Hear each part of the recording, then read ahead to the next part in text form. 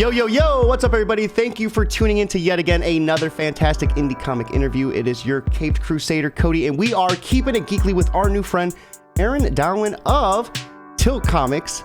How are you doing? Welcome to the stream, and Catalyst Comics as well. That's your publishing label.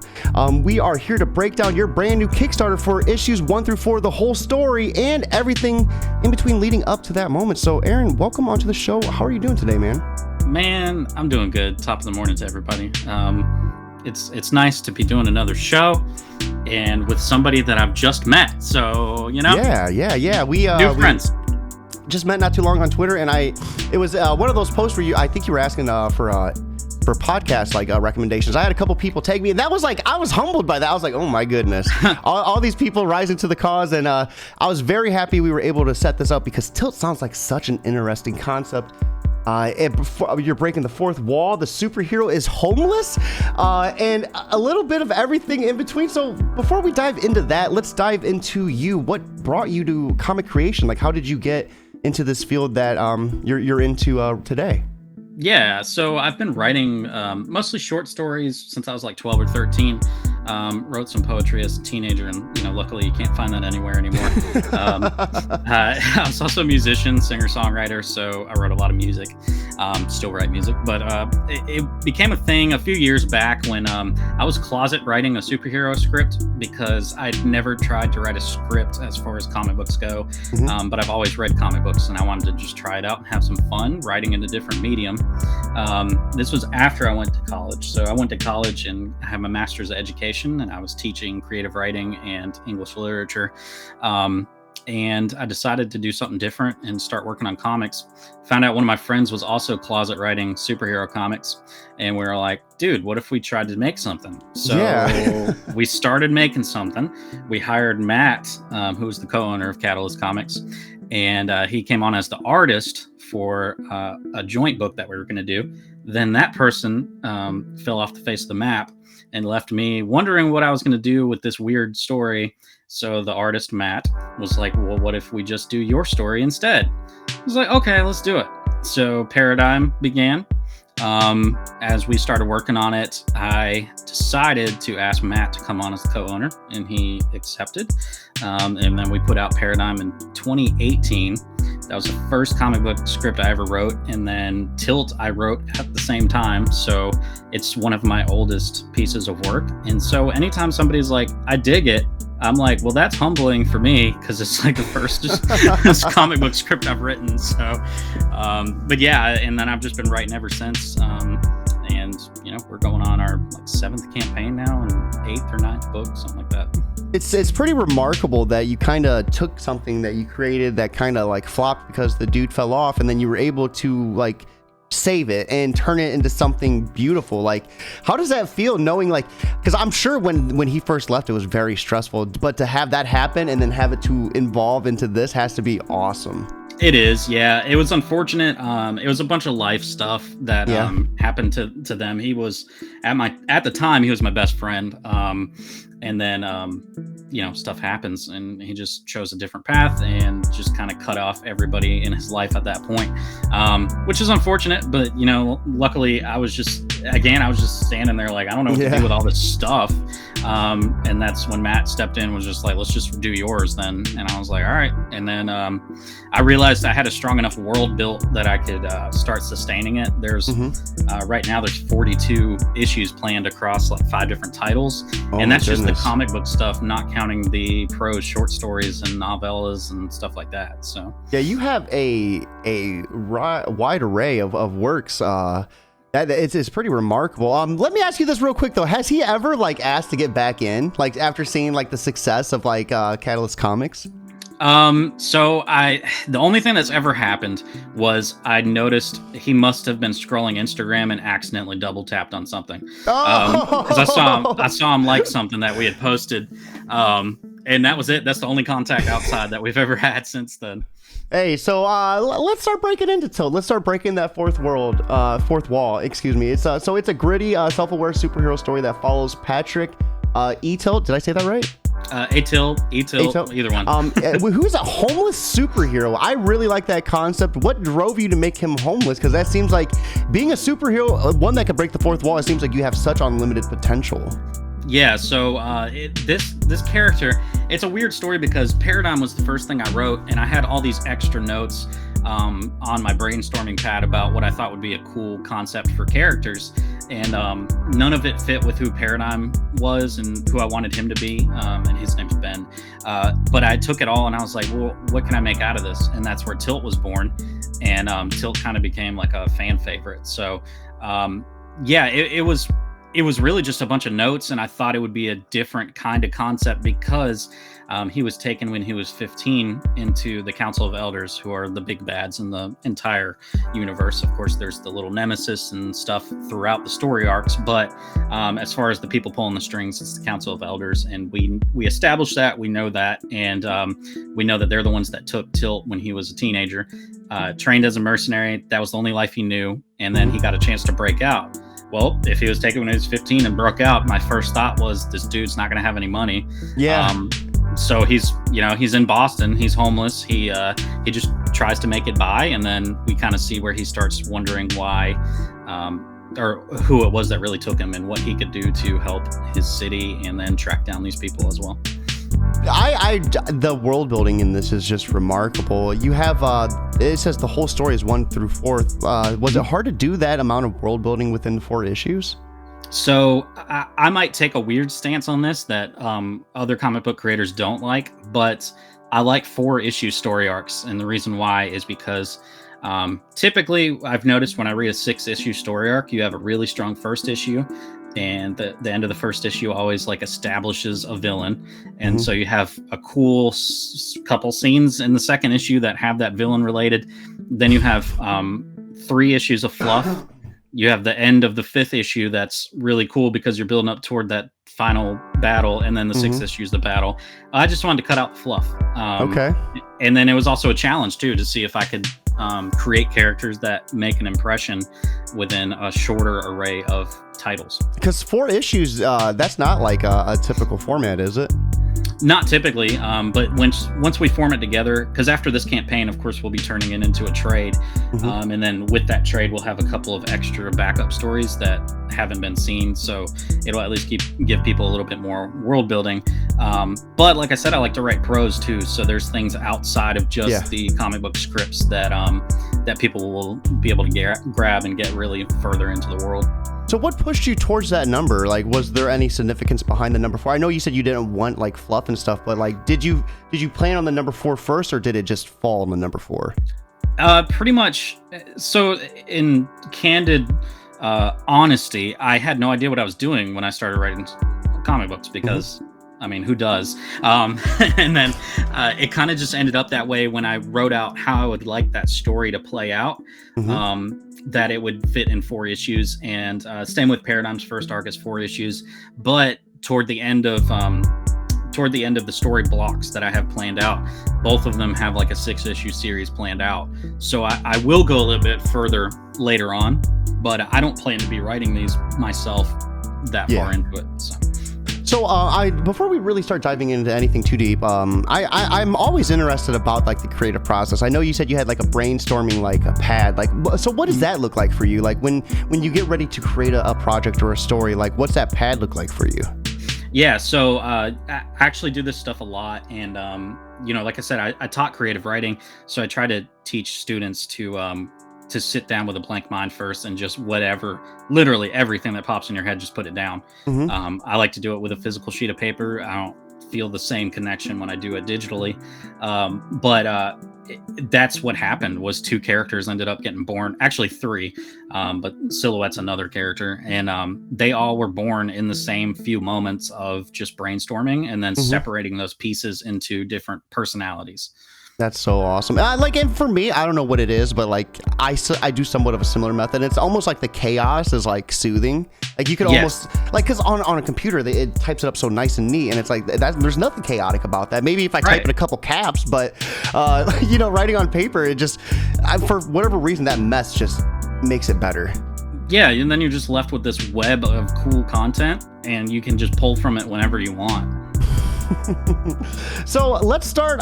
Since we kind of painted the idea of Tilt, let's go ahead and we're getting a nice little look at the preview. So I appreciate that look as well. This is Tilt 1 through 4, the whole story, gritty and fourth wall breaking with a whole lot of heart. Collect the entire story of Tilt. So you are looking at a $2,500 pledge goal. You said you've done a couple Kickstarters. So what kind of determined this number for you? We kind of just look at what went into the book. And this one in particular, the book's actually done. So we kind of have an advantage there. Earlier on, we did some campaigns that were a little bit better for us, and we were able to flip that money into continuing other stuff. So for this one, it was more so we do 2,500 because it's not absurd, and then we can start doing stretch goals to get people some cool extra content. Okay. Rather than just doing a really high goal, hoping we hit it, and then still not getting people extra cool stuff. No, I got you. So is this video, this something you want to, is it ready to watch? That's up to you. It's yeah. A trailer. Yeah, let's go ahead and check it out. I can't full screen it though, because it like weirds it out for whatever reason. For sure.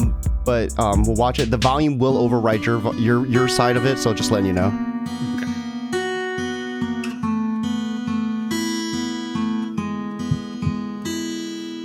Now the end is here. And so I face that final curtain. Definitely loving the artwork in this, though. I will say you had one of the best songs for your video as well. You can definitely tell you had that musical side. I appreciate it. Any chance I get to just sing it for guitar? Is this you? Yeah.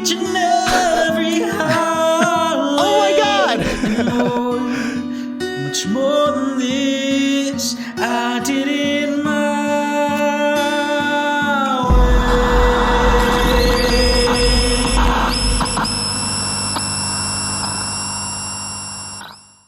Wow! So first, you sing amazing. Oh my God! I was not expecting that to be you. Like, thanks. Yeah, like Well, you said you made music and stuff. I didn't know you actually like produced music too. Like, that is impressive. That was some good vocals, man. Wow. I appreciate it. Are you in a band or anything?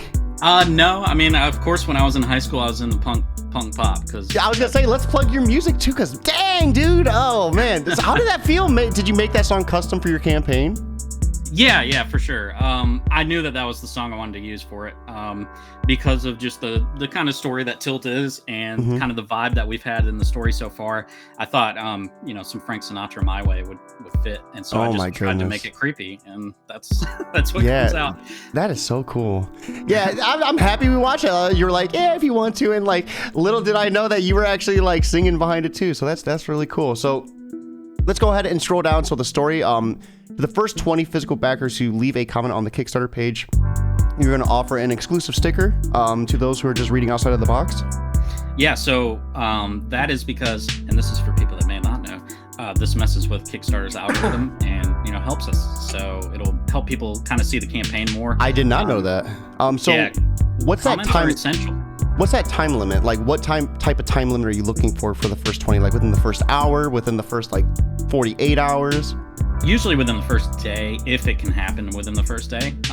We've never asked for comments before. This is the first campaign that we've asked for it. We let some friends of ours, they were going to try it out, so they tried it out, and it makes a difference. And then we talked to somebody that we know at Kickstarter, and they said that it makes a difference too. So I will tell you this. I've done almost 50 interviews, and you were one of the first people that's ever had a tier for the first 20 to leave a comment. So I think that's genius. I appreciate you breaking that down as well, because for these interviews, I love it being a spotlight on your project 110%. But if we can make it any sort of a learning tool for any other creator out there, that's where I think we have the most potential to kind of just help.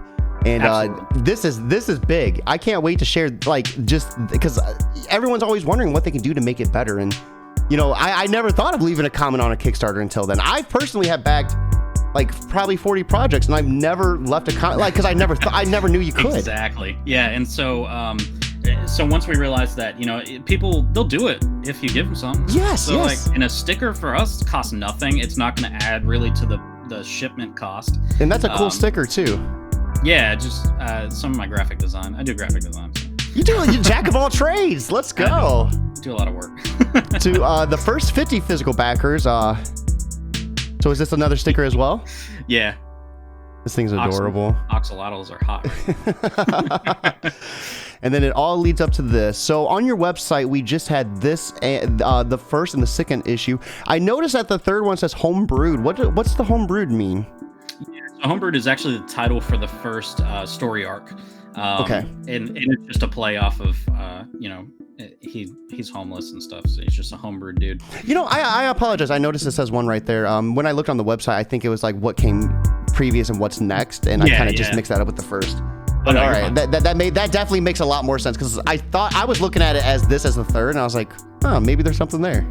Well, it's also the progression in the artwork between the covers. So you see him homeless in the first one. Yes, and then the Leonardo da Vinci, yeah. That's awesome too. So what was kind of that? Just like you wanted to show like a progression of like his character, his like status like in society? Kind of. I mean, he's such a play off of tropes.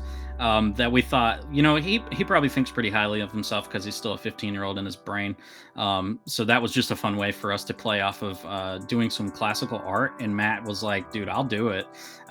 So after the first one, we were like, let's do some classic art just for Tilt. And so we kind of made those homages. Yeah, and I see. I really like this one too. Yep. So any significance for this though? Because I know like a little bit of your backstory. So like for this, like was this like significantly important for you to have? We always knew that this was going to be the fourth issue cover way back when we started Tilt, because it's him homeless laying on the garbage bags on the left, and then him also touching who he is now in comic books over on the right, and then he's got Cindy and Exquisite behind him. And the curtain, the red curtain, that's significant to the story because one of the things you'll learn about Patrick is when he goes to Exquisite's office, he only breaks through the upper window and comes in. He never uses the door. So, and it's just cause.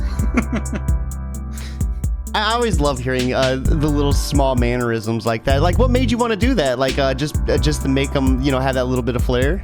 Well, so Exquisite is a billionaire. And he owns like a large conglomerate, and so he's also the one that drove Patrick to the Council of Elders.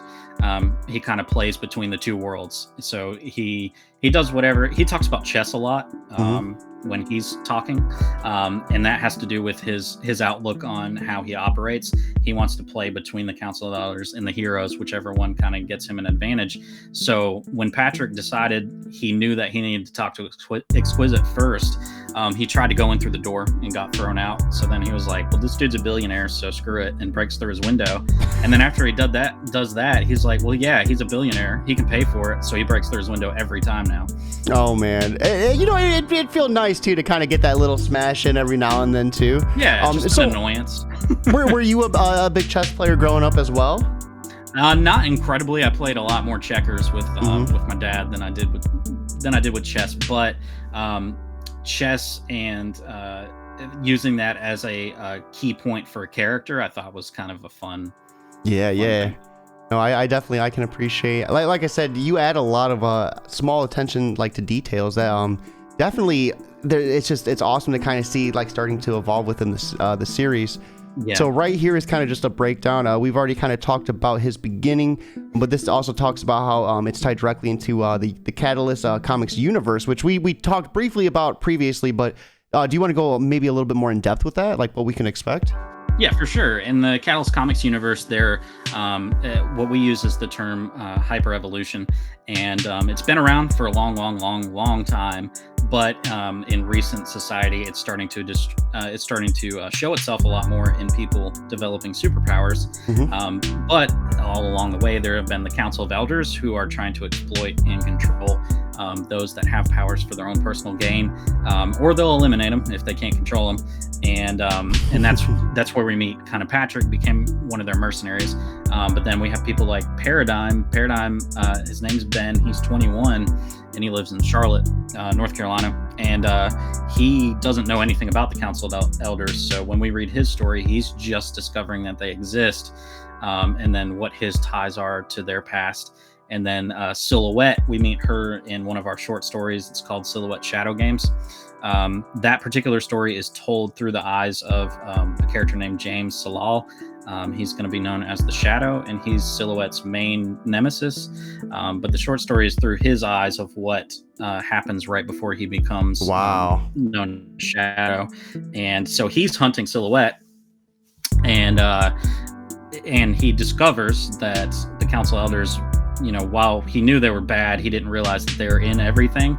And we discover that Silhouette is actually hunting for her sister that was brought into human trafficking. So it's a large connected universe, and there's only so much I can say about Silhouette because as a character she is a spoiler. But they're all tied together. So there's no. We don't ever want you to give up too much of the juice, but touching that fine line of the juice, I'm all about the exclusive. So when I say the Council of Elders are the main bad guys, I mean they're the bad guys.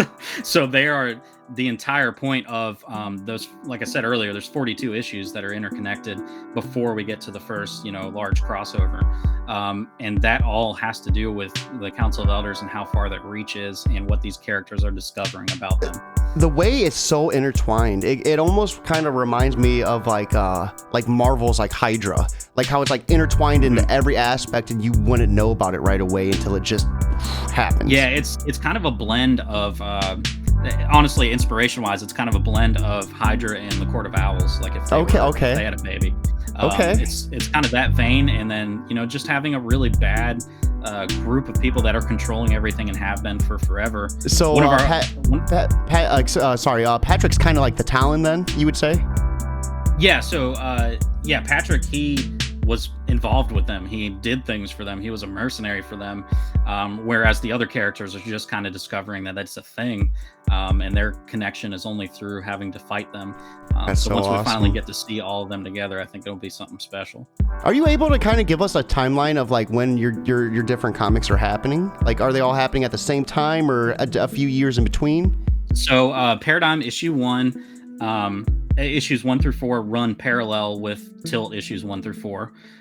Silhouette Shadow Games, the short story, that one is it'll be right alongside issue 2 of Paradigm. And the reason that I giggle when I say that is because Silhouette Shadow Games I released in 2017, like before Catalyst was really a thing that we knew we were going to do, and it's just a prose short story that I wrote for fun. And now, it's 2022 and we're finally going to see the issue that it's actually tied to. But yeah, that's everything's running parallel except for Fire by Night. Fire by Night is set in medieval times. Okay. Hey, but that's still in the same universe, right? Yeah, that's still part of the superhero universe. That's so awesome. Was it hard to keep the world building intact, to keep everything like running in sync with one another? Like, did you have any trouble, I guess maybe like with continuity, like keeping it all like together? No, because my brain's broken. And like when I look at it, I looked at it from, this is another thing I try to encourage people to do. If you're doing something that is world related and it's multiple stories that are all tied into the same universe, examine the universe first and then build your characters. So, before Paradigm, before Tilt, the Council of Elders were the first thing that I kind of established who they are. I don't know that I'll ever get to the point that I get to release the story of how the Council of Elders formed in America, but I had this whole plan, and it'd be like a one-shot comic. But yeah, I just examined all of that first, and then I broke it down into pieces, and that's where we get all the different characters. That's awesome. I love scratching like creative minds, because like to me as a consumer, it just seems like such a huge puzzle, and I wouldn't even know where to begin with those pieces. So hearing how you kind of just like piece it all together, it's phenomenal. Yeah, it's fun. So here are some select pages from issues 1 through 3, and this artwork is just gorgeous. Let's go. This is another video as well? Yeah, it should just be like a slideshow. Let me go ahead. I want to try to make it to where it's not like cutting some of it off. I don't know, I might have to zoom out or something. Ooh, I've never done it. Let me go over here. Here we go. Oh, well, there you go. It might just be on like that for a little bit, but then we'll put it. There we go. Oh, well, boom. Yeah, such gorgeous art. So who's your artist on this again? Yeah, so the line art is Joe DeSantos, and the colors are from Ramon Amancio. Yeah, brilliant. I love how you see seeing him kind of like come together too, like start evolving into his superhero form. Yeah, well, like I said, we play off a lot of superhero tropes, and one of the ones I played off of was superheroes changing their uniforms too much. And so within the first 3 issues, he has like 3 different suits. He does the t-shirt and jeans. Then they give him a white suit, and they realize that was a really bad idea because he gets blood all over it. And then he gets his blue suit, which will be that'll be his suit for a long, long, long time. So blood, can we expect this issue to kind of get a little bloody and like brutal, or is it kind of just hold on 1 second, let me add this to the screen again. You're fine. Yeah, I mean, I think even the preview pages I put on there, some of them are a little bit violent, but the plan was to kind of establish him as a character and then do something that rocks him as a character and see how his response would be. And he was a trained mercenary, and he gets to go up against somebody that you'll discover was someone from his past. So things get a little violent. It's the most fighting out of the 4 issues is the 4th one. I think I wrote like 12 to 16 pages of just absolute demolishing fighting. So that's awesome. Yeah, that's awesome. Well, you know, I've been building up toward the showdown the whole time. So once you hit the showdown, it's let's make it count. So I had a lot of fun with that. Was issue 4 available previously, or did you just have like 1 through 3? Just 1 through 3. This campaign is the first time issue 4 is available, but it is already completely done. Yeah, everything, the art, the lettering, even the preprint formatting has been done. I just wanted to ask that question because I was curious to see if you had 4 already pre-printed before. I mean, it looks awesome. It looks. I especially love this paneling right here, the way it's kind of split up like that. Yeah. They're just. It's a good team. I've been blessed to work with a good team. This looks really gorgeous too. The car smashing through the window too. The repair and pawn shop. Repair this. So we actually, it's not on there now, but if people look at my social media stuff, they'll see we put up the variant cover. It's kind of the first one that we've had another artist do. We had Dan Schmidt. He did a graphic novel called Worms Crawl In, and he has a real weird, like old school but gritty style. And so he did a cover of when Tilt's holding that above his head. So I don't know how many people will get the homage, but the homage is, you know, him throwing a beetle through a window is that's like so cool. Action Comics #1 with Superman's classic cover. So yeah, it was always supposed to be a beetle. Ooh, here's him breaking someone's hand too. That's still before the blood. And then is this the kind of the guy we see him go up against? This kind of looks like an antagonist right there. We see the gnarly scars. Yep, that's his name is Talon, and we'll discover more about their past. You know, speaking of that, you see this right here when you find Talon, kill him. So kind of a little interesting foreshadowing there. Oh man, yeah, this looks awesome too. You can kind of tell these guys came from a similar background, the way they're built. For sure, yeah. And what a way to lead off, right when the gun's shooting off. That's so right. does he have super speed as well? Yeah, we did a little nod in this issue that he's a little bit faster than you would expect. I guess I don't know how far I would say super speed because people, you know, assume Quicksilver or Flash, and he's not that fast. Well, faster than the average person, I guess. Faster than the average person for sure. Yeah.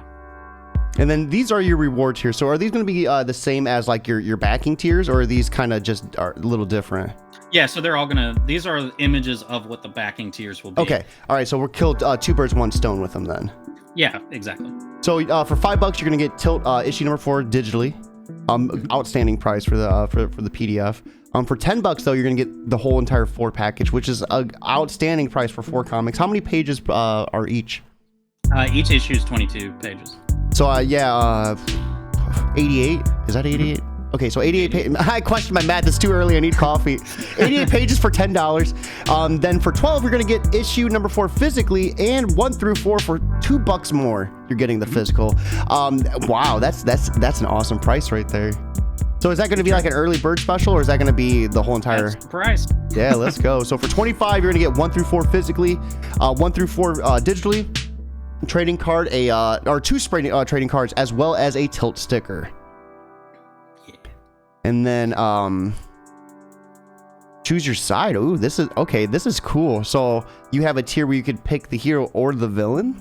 Yeah, so we're doing this is the first time we've done this, and you can pick either the villain or the hero tier.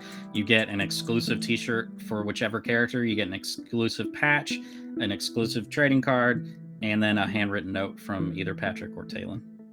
That's odd. So what drove you to kind of do this? This is like one of the very first times I seen a tier like this. You are just filled with surprises. Well, I was sitting there putting the campaign together. I was like, I want something different and something that really makes people think about what side of this story they kind of want to fall on. And there's been people that kind of fall on both. So we wanted to do something that has either or. And then how much is this tier going to be? Yeah, so the individuals, they are, oh gosh, I don't even remember. We'll have to hold on one second. We'll just scroll up. So the hero villain pack is 55. That's not bad at all because you're getting the Tilt 1 physical A, 1 through 4 digital. You get the shirt, the patch, the trading card, and then the handwritten letter. So yeah, outstanding value. Yeah, and then there's of course a tier where you can get them both together. And then the Big Kahuna tier is that one, and that actually comes with everything from the hero and the villain packages, as well as a canvas print of issue 4. Yep. Yeah, canvas print of that cover. That's gorgeous too. Why wouldn't we? And then 2 exclusive flash fiction stories. Those are only for people that get this tier. It'll be digital sent to you, and people that don't get that tier don't read it. So, and then a freaking sandwich plush as well. That's right. So did you design this? No, heck no.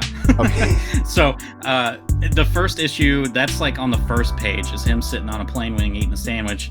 And to this day, it's still the most asked about panel that we've put in anything that we've done.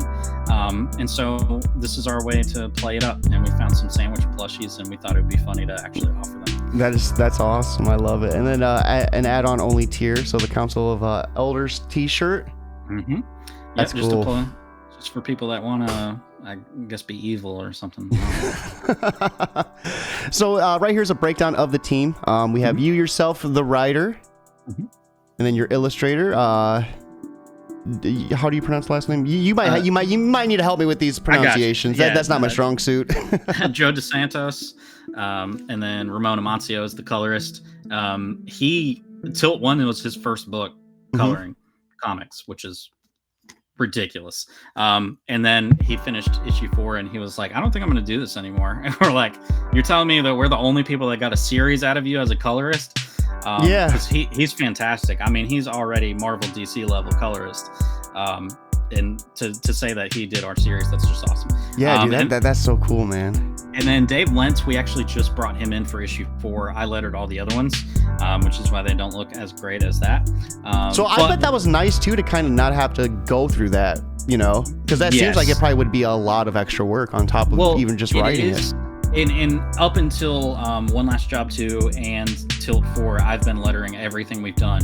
And it's a lot of extra work. And I just, at the end of the day, decided it wasn't worth it. It's more worth it to pay somebody to do it because they're going to help make it look even more professional. So when we do the trade, he's going to go back and letter 1 through 3 so that we can put the trade together. How's that feel? I mean, was it something where you looked at 1 through 3 and you're like, like if only? Yeah, I mean, when I look back through it, I'm like, oh man, it would look so much better. And you can even, the funny part about it is, looking back through it and seeing my progression as a letterer, and then still deciding it's not worth it, and just letting somebody else do it. But yeah, I mean, he's a fantastic letterer. He does a lot of different books for a lot of different people, and we're lucky that we have him working with us now.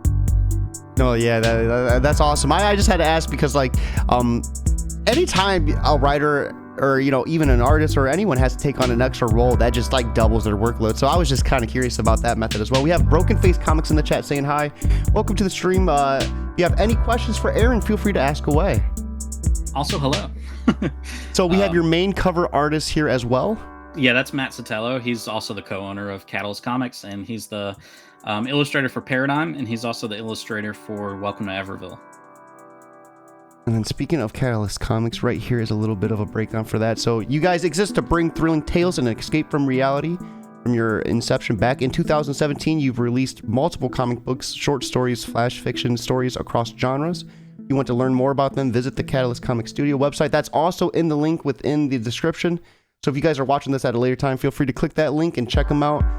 You have most of your books available for sale on that, correct?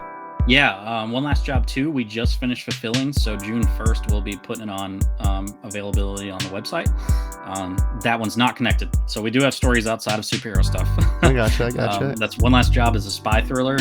We've done issue 1, issue 2, and then there's Welcome to Everville. That's a dark fantasy horror, and that one's available already. And then risk and challenges are just basically your typical thing.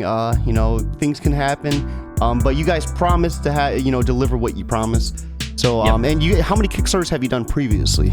We've done 6. So you guys have, the reputation of holding up true. Yep. So I think that's just. But we still screw up, and I like making sure that I say that, because even this last fulfillment, I screwed up real bad, and then I screwed up little bad. I screwed up real bad. What happened? Let's break it down. So we, I had sent everything to the printer. And realized that one of the pages was the non-finished page, but I only realized it after it printed. And it came to the house, and we were getting ready to package everyone's Kickstarters, and I was just flipping through it, and I just was like, well, dang. So how did that moment feel? Like I wanted to punch through a window. And then it deflated Matt, because Matt and I do all the fulfillment together. Mm-hmm. Which I guess is a good thing, because we were able to catch it. Yeah. People that use BackerKit and stuff, when you send it to them, they're just going to send it out for you, so they won't look through it. But it was very defeating, and I realized we make mistakes, and I owned up to it. I made sure I let everyone know, like, there's a little bit of a delay now because I screwed it up. So what did you do to fix it? I emailed the printer, and he was like, dude, that sucks. Let's, we can reprint it for you. And he gave me a little bit of a discount to try to help us out. That was at least nice of them, They're great. If people, we use Comic Impressions. They're out of Florida. If anybody needs, comic books printed, do fantastic quality. We've had Welcome to Everville graded. That's who printed it, and it was like 9.8s when they came back. So you paid for that out of pocket though, that reprint, right? I did, because I just, it was too much. It was all on me. But so now we have a whole bunch of misprint comics, which it's cool, because I didn't know there's a misprint market. But secondly, the misprint was on the same page together, and it was one dialogue bubble after another one. There were 2, and they're both just empty. That was the misprint. So we made a little challenge where people could write in a joke. And whatever one we decide wins, we'll probably print it in the trade copy of it. Way to take like something like horrible and make it into something good. I think that's been your mindset. Like, even from the very beginning of this all, you took a horrible experience and shaped it into something that formed Catalyst Comics. Yeah. And this same thing happened like that. Aaron, you really have just this way about you where you could take those challenges head on and just make them work. Well, and honestly, it comes out of what catalyst even means. A catalyst is something that can cause a chemical reaction in something else without undergoing change itself. So for us, we look at that in what we do as we want to try to make an impact on the landscape. We want to try to make an impact in writing and creativity and how we think about business, without having to give up who we are as a person. Because that's something that happens a lot, and that's really why Catalyst is named Catalyst. And that's just how I approach stuff. I may screw up, but I'm going to try to fix it. Even now, I sent all that stuff out after we fixed it, and I got a comment and a message, unnecessary to do both, just so everyone knows, from somebody that was like, I ordered this and I only got a copy of issue 2. So I looked at the fulfillment on where we use for shipping. I realized it was simply, I just stuck the label on a different box. Oh no. So someone got an extra hookup? Well, I messaged him back and I was like, dude, I'm going to fix it. It's just the wrong label on the wrong box. And he was like, well, I guess that happens. I'm just like, all right, well, I got it covered, man. But so, we're 6 campaigns in, we still screw up, and it's just a fact of life. We try to learn from it. The thing is taking care of it though, because that one person, all you have to do is not take care of one person, and then that one person's gonna go and tell their friends, and then they're gonna tell. It's just it's a never-ending ripple. So you have to be on top of it. And what's some of your biggest advices to be on top of it, to make sure you get stuff taken care of? Pretty much tear down the ego. There's a lot of ego in comic books, especially in the indie world, where people think that they're the best thing. And I'm not attacking the mindset, because I think you should be confident, and I think you should acknowledge when you do have a property that you know is enjoyable and that people like. But tearing down the ego to the point that if you screw up, own up to it is the biggest thing that I can recommend to people, and try to make it right, because there are too many people that don't, and that taints the entire field for the rest of us. When we started doing campaigns, there were people that just took the money and ran and never fulfilled campaigns. If people don't know, when you click on Kickstarter, you go to finish your purchase, it pops up and it says, you're not guaranteed any of this stuff. And because it's happened, people have run off and taken the money. So I think being accountable is important, and you should want to do that anyway, just as a good person. And I've written off many people that don't. So no, I think excuse me, accountability is big in like all fields. Like if you mess up, own up to it. If you're not owning up to it, then you don't have pride in your brand. That's the way I look at it. And try to utilize it as both to grow from and to there's no need for us to say we'll write a joke in and maybe we'll put it in the trade if it wins. There was no need for us to do that. Apparently there is a large misprint market that I didn't know existed. So we've had people that are just like, well, I'll take some misprints, like let me know what you want, I'll try to help out how I can. And we can't thank our backers enough for that. And just taking those things and trying to find fun stuff to do with them. Did you get a lot of backlash though from anyone over the misprint? Zero. We had zero backlash. And that's probably because you reached out.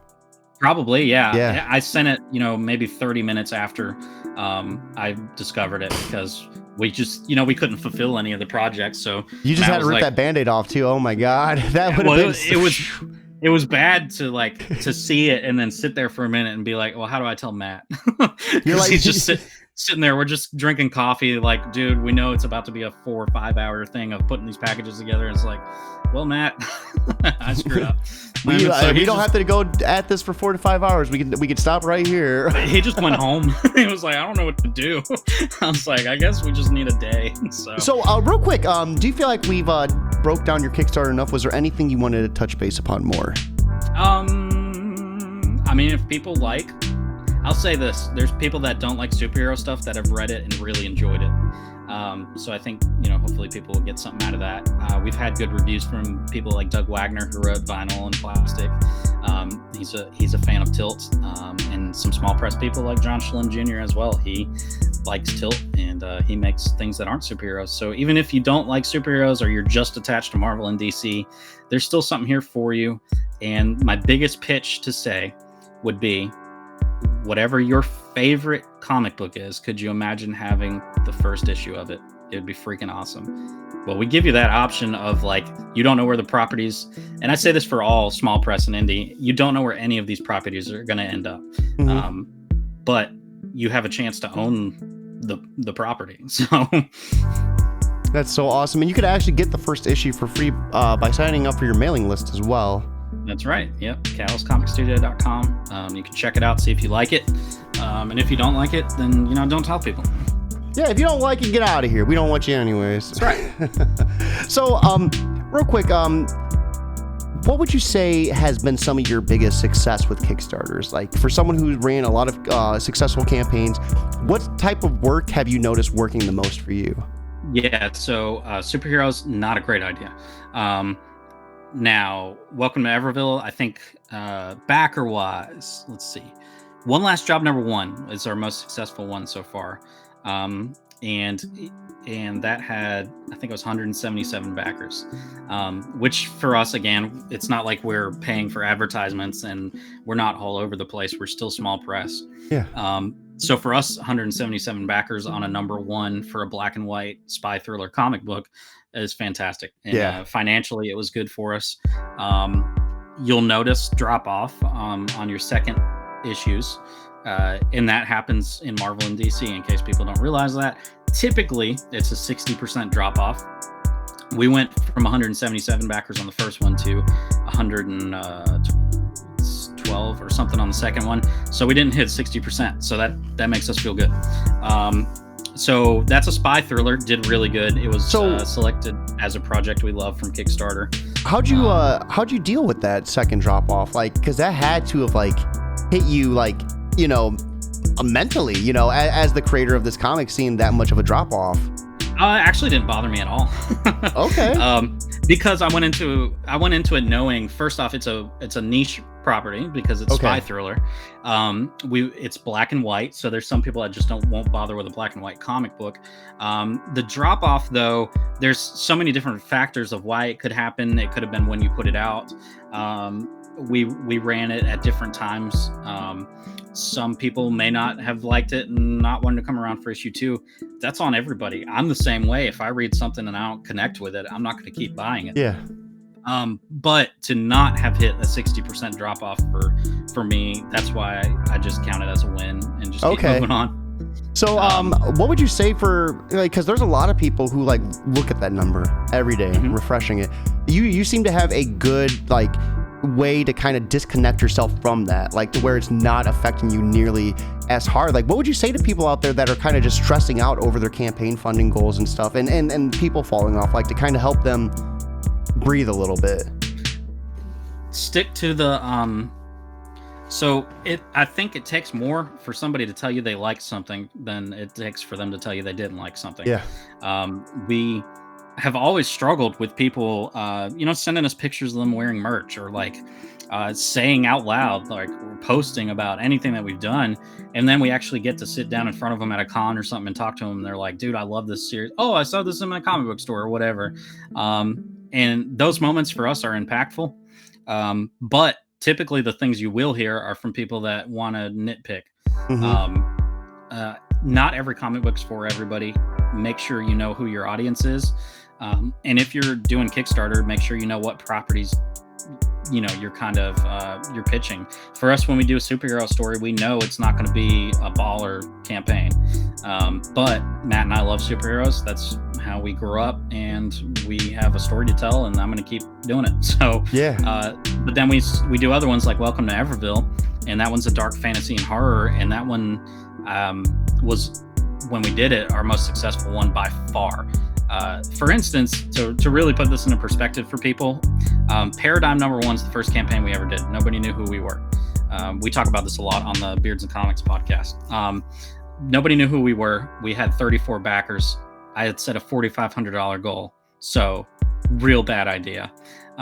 We got halfway through, and a couple of people came to us and they said, get whatever you can get. We want to help you get the company started, so we'll get it the rest of the way there. That's awesome. So do you think that like was like pivotal to like the success of everything going forward? Yes, it was absolutely crucial. It helped us a lot.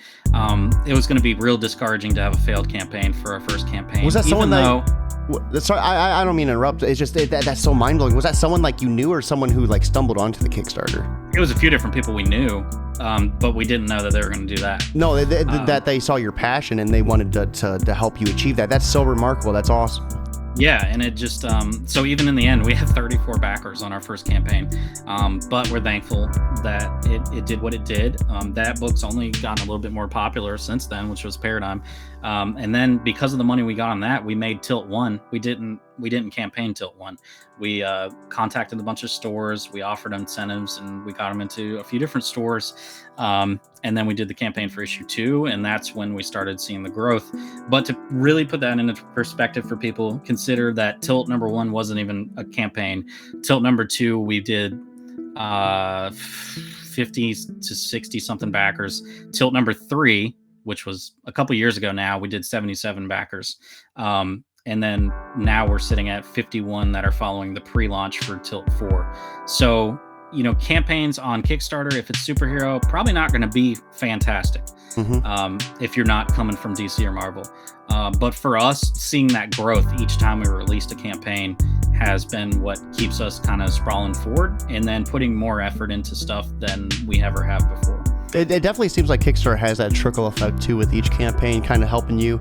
It's remarkable that you had people helping you in the beginning too, that were able to see that passion and help you achieve it. Would you say your second, so your Kickstarter for Tilt 2 was easier because you had Tilt 1 already done, and like you were able to show that you already had a book established?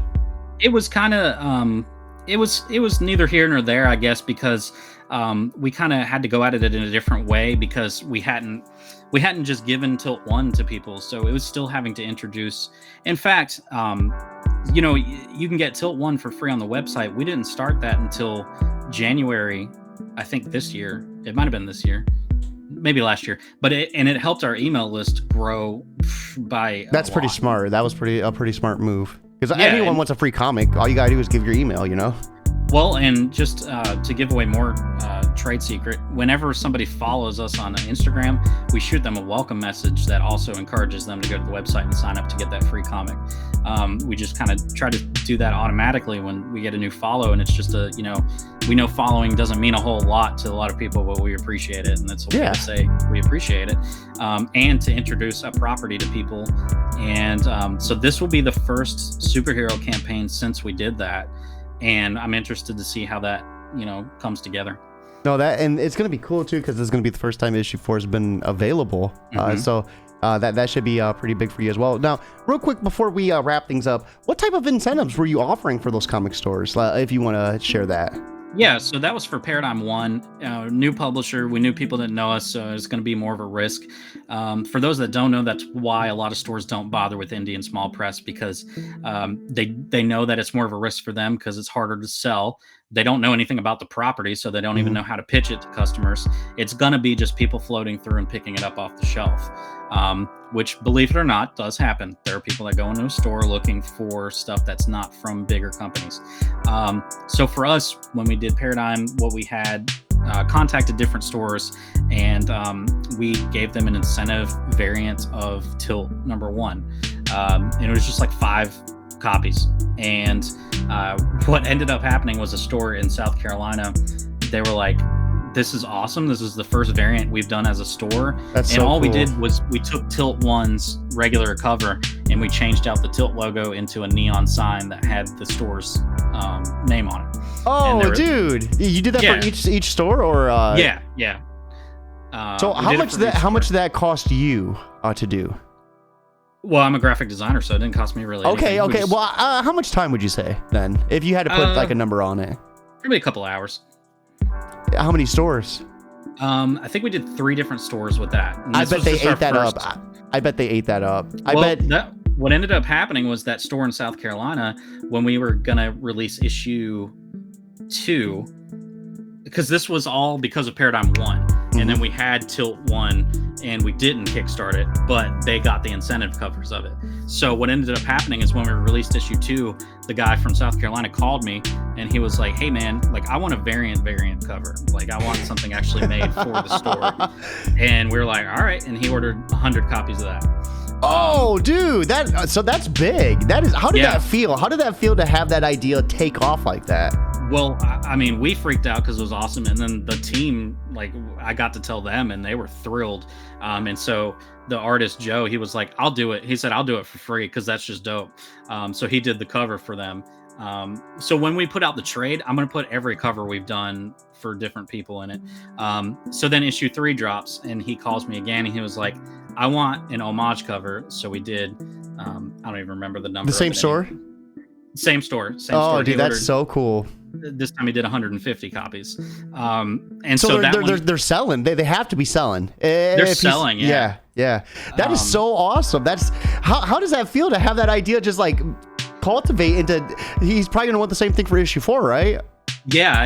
In fact, we already know what the cover is. We made people vote on the homage, and so now I get to tell them that we're ready to do the campaign, because this campaign is a year past when we wanted to do it. Not that people know that or realize that, but Matt and I have this stuff kind of planned out in our heads of when we want stuff done. And by heads, I mean a whiteboard. But but this one is a year past when we wanted to do it. We wanted to do a full motion comic of issue 1 before. And if people don't know, there's a motion comic of the first part of issue 1 that's on YouTube. and we wanted to finish that and use it as a way to launch into the campaign. But I just don't have the time to finish it because I was the one doing it all. Yeah. It seems like you already have a big plate already, you know? Well, and I'm trying to do other stuff now. I spend more time writing, blogs and stuff on Substack. And then I'm working on something that's probably going to be not released by Catalyst. And I'm trying to put more effort into that. Right. Ooh, is that like on a different label or a different venture? Yeah. Oh, we can keep it there. We can keep it there. Yeah, I don't want to shoot myself in the foot before we get anywhere. Yeah. You're good. So, wow. Well, before, I said earlier I wanted to talk about this too. Let's break down your podcast. So you have a pretty big podcast as well. So what do you do on there? Yeah, so two now, actually. Beards and Comics podcast is for people that want to know what it's actually like being an indie comic book small press creator. Some of the episodes are just Matt and I just talking about stuff. And then there's other ones we bring people in. Some of them were people that have campaigns. Some of them were people like Doug Wagner, Brian Stelfreeze, Tim Seeley. We've had some great guests in just asking the questions, like all the industry questions that we're wondering and that most other people are wondering, like how do we get to that next step or whatever. And then Matt and I also talk about our failings a lot and things that we've learned along the way. And then it's funny now to go back and listen from episode 1 to like 80 something, seeing how our mindsets changed on different subjects. Yeah. But yeah, so it's good for anyone that wants to know what it's actually like and that maybe is in indie comic book creation now. And then we do the Dementophobia podcast. That one's a little bit more fun for us, where we take a fan fiction story off of a website and read through it and just joke around and have fun. Oh, that's cool. Just finished up Mighty Morphin Power Rangers, Dino Neo Thunder, some crazy story. And before that, we did My Little Pony.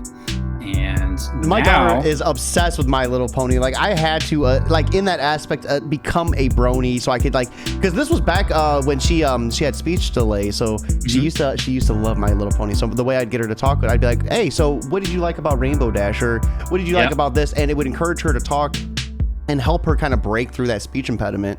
And I know way too much. I've watched so much. We knew nothing.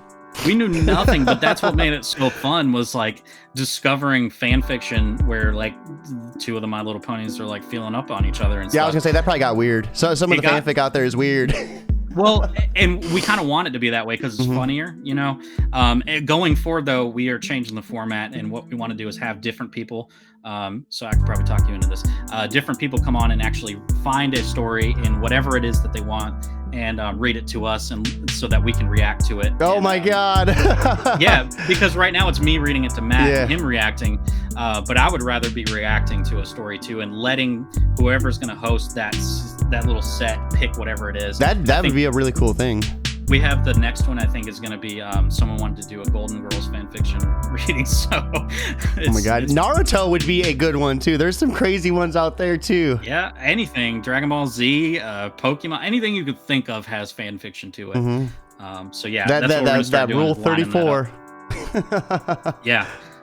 But that's Dementophobia podcast, and then Beards and Comics podcast. Oh, that's so cool. I really like the concept of that too, because there's just so much you could do. There's endless amounts of fanfic out there. Well, pick something and come read it to us. Hey, I'm about it. Hey, let me get it figured out. I have to find something good. So when are we looking at this launching, the Kickstarter?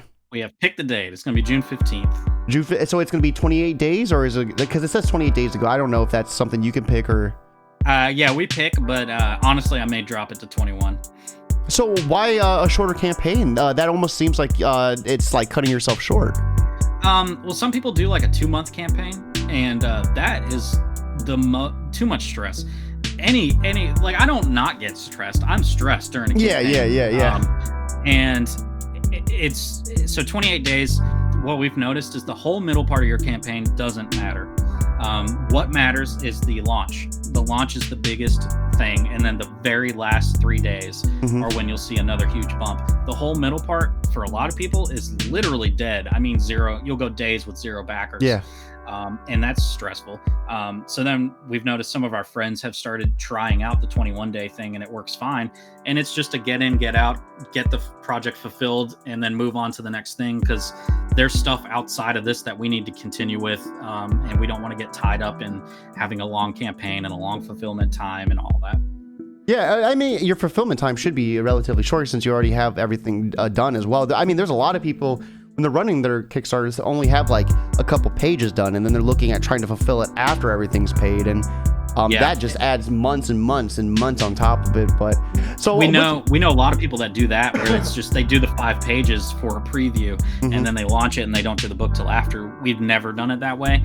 We've played it risky before and it hasn't worked out, so we didn't want to miss a deadline. For us, honestly, because this is done, I'm already about to start ordering stickers and stuff just because I can, and probably the canvas prints and the plushies. So once all that stuff's in, it's really just going to be the book printing. So my mindset is to run this in June and July and have it fulfilled by early September.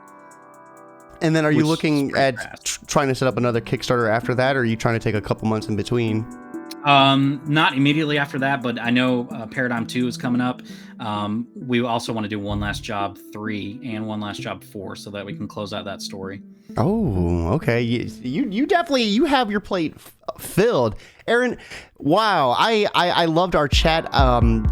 I am excited for Tilt 1 through 4. I did sign up, so I'm waiting to get issue 1. As soon as we get issue 1, I'm going to do a little review for you if you want, like a little thing on Twitter to kind of get it signal boosted out there. Well, we talked earlier about, getting you to host the yeah, I would be honored. I would be honored for that too. That'd be so cool. That'd be my first one. So in that case, I need to send you all 4 of them so you know what's going on. Yeah. Let's go. So with that being said, guys, I think it is perfect time for us to wrap things up. We are looking at having another indie comic interview, I want to say, in the next 2 hours. So I need to take a little breather, get a nice little walkout. It is a beautiful, beautiful day out. Hope you all have a fantastic Saturday. Be sure to check out Aaron on all of his respective social media platforms. In the links before, we have Facebook, Instagram, and Twitter. If there was anything else I missed, feel free to shout it out. If you guys just want to read my random writing and creators' mental health stuff, aarondowen.substack.com. So, Substack, what is that? That's like a blog post? Substack it was created by writers for writers, where it's like, it's almost like a Patreon just for people that write articles. That makes sense. Thank you for explaining that, because I've always been kind of curious on like what it was. So be sure to check him out on Substack, and be sure to sign up. Anything we could do to help fund his passions, to keep that wheel churning, and to help him create more awesome projects in the future. With that being said, guys, have an awesome day, but most importantly, keep it geekly.